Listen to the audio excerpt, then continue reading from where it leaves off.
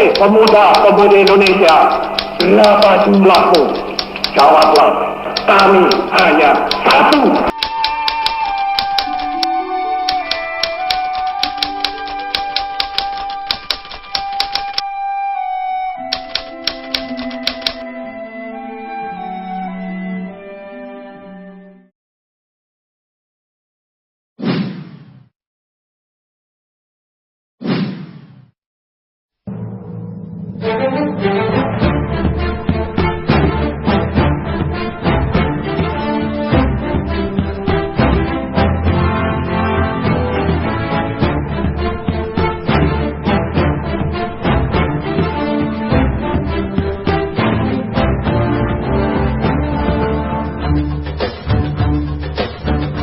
Presiden Republik Indonesia yang pertama, Bung Karno, pernah menyampaikan, jangan mewarisi abu Sumpah Pemuda, tapi warisilah api Sumpah Pemuda.